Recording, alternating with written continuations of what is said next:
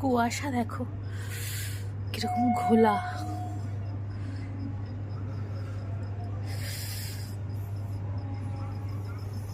পুরো ঘোলা অন্ধকার কুয়াশা।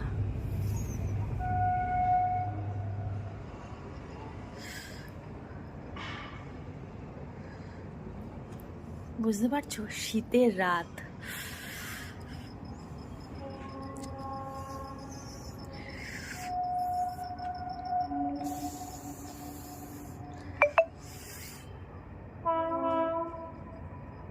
একটুখানি বাইরে গেছিলাম, এত ঠান্ডা সত্যি।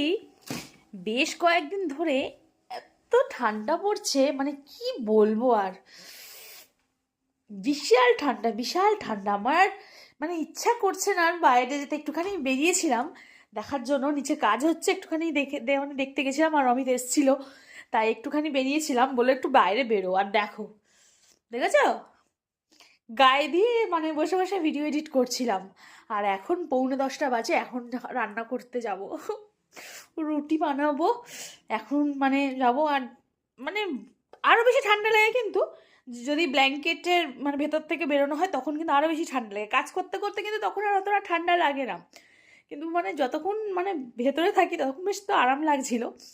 আর এই যে যখন এই ব্ল্যাঙ্কেটের ভেতর থেকে বেরিয়েছি, এখন যে রুটি করব, সবজি কাটবো, ইচ্ছা করছে না। আজকে আমার ইচ্ছা করছিল না খিচুড়ি খাওয়ার জন্য। ওকে বলছিলাম খিচুড়ি খাবো, মানে সব সবজি দিয়ে, গোবিন্দভোগ চাল দিয়ে, মুগ ডাল দিয়ে খিচুড়ি করে না। আমার এই সিজনে, এই শীতকালে কিন্তু খিচুড়ি খাওয়া হয়নি। ওকে বললাম যে খিচুড়ি খাবো, ও বললো আমি মুগ ডাল খাবো না রাত্রেবেলা, আমার জন্য রুটি করে দাও। ওর জন্য রুটি আর আমার জন্য খিচুড়ি, কি পাগল নাকি, কি বলে এটা কি? আমি তাই রুটিই করব। আমি দুধ দিয়ে খাবো, কেন আমি না বেশি শক্ত জিনিস খেতে পারি না, আমার দাঁতে ব্যথা আছে।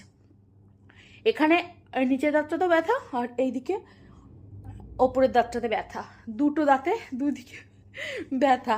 তাই একটা রুটি খাই, দুটো রুটি খাই রাত্রে, মানে যখন খাই রুটি খাই, দুটো রুটি খাই।